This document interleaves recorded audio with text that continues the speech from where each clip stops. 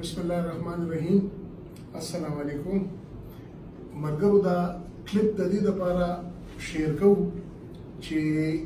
یو څو ورځې مخکې زموږ ملګري اسد خان یو ګیله شان یا یو شکایت وکړو او هغه وایرل شو، خو په هغه وخت کې مونږه خبره اتره ځکه ونه کړې شوه چې سلطان خان د ملک نه بارو. سلطان خان پرون دی یا بل ورځ راورسېدو، په هغې کې مونږه کم موجوده دلته چې ناست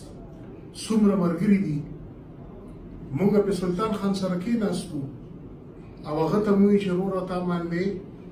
د اسد خان د طرفه دا یو خبره راغلې ده، نو د دې باره کې ته څه وایې؟ هغه خپل جواب په دې طریقه وکړو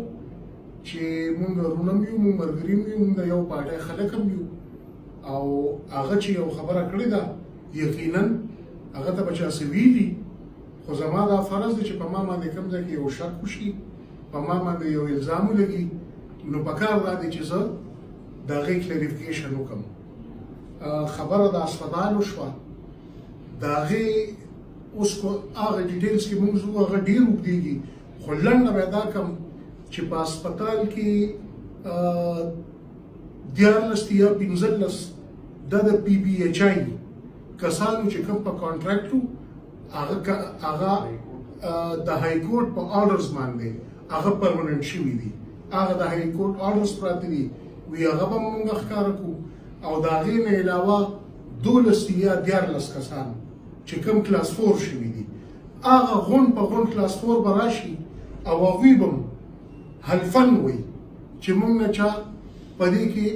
یو روپۍ هم نه ده اخیستې. چې کله سلطان خان دا خبره وکړه دا صدم کې تسلي وشوه او ده عمده ووایي چې یاره زما په دې خبره تسلي وشوه، مونږ به یو ځای کښېنو، زه به خپل سټیټمنټ هم ورکړم، دا د مونږ ټول ملک صاحب، کرنل صاحب، سلطان خان، اسد، عابد خان، عزیز خان، انور تاج، خالد خان، دا ټول ملګري ناست دي. باقي مزید خبر به اوس اسد خان وکړي او ورپسې به سلطان خان وکړي. راځه فاتحه دې خوا راکړه. بسم الله الرحمن الرحیم. د څو ورځې مخکې ما ویډیو باندې یو دغه کړی و، د هغې جواب په تاسو ته د فضل خان ملګرو شو. زه تحریک انصاف داسې یو پارټي ګڼم چې هغه ورکر چې دی هغه د خپل منسټر نه تپوس کولی شي چې دا غلط دی، دا ټیک دی، دې تا داسې کړي، دې تا داسې کړي. سلطان ما سره کېناسته،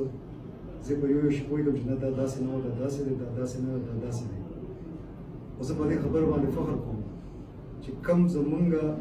کوم ورکر لیول دی، زما لیول چې کوم دی، مونږ د منسټر نه تپوس کولی شو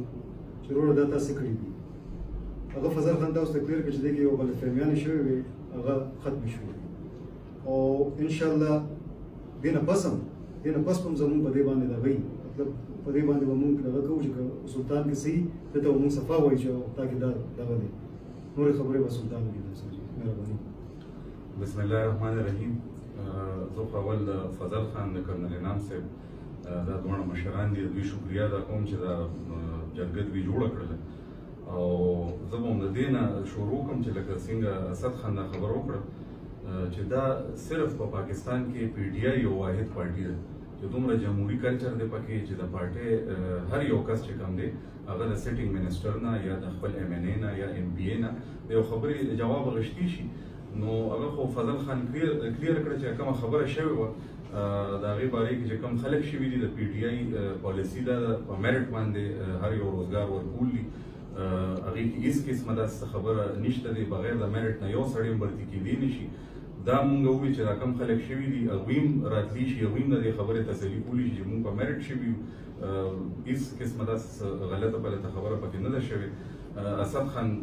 هم دا خبرې چې واورېدې دی پې پوه شو، دا د ستاسو مخکې دا خبره وکړه. زه بیا هم شکر ګزار یم چې یو ایشو یې راوچته کړله، هغه چې کومه ده هغه کلیر شوه، کلیریفای شوه، او نن دغه د هغه هم مازغه کلیر شو په دې باندې چې دې کې دا څه خبره نشته ده. نو زه د دې جرګې شکریا ادا کوم او عوامو سره دا وعده کوو چې که تاسو موږ له ووټ راکړی دی نو تاسو زموږ نه تاسو هم کولی شئ. نن دا د هغې بلکې دا چیلنج هم ورکوو نورو پارټیانو ته چې تاسو هم په دې خپل پارټیانو کې دننه دا کلچر را پیدا کړئ، ځکه چې داسې ډېر الزامات په پارټو باندې لګېدلي دي او هغه بس بیا په تیاره کې پاتې شوي دي. نو زه ډېرې اوږدې خبرې نه کوم، خو د دې جرګې شکریا ادا کوم او د الله تعالی هم شکر ادا کوم چې نن دا خبره دلته کې کلیر شو، ټولو خلکو ته مخامخ شو. ډېره مهرباني.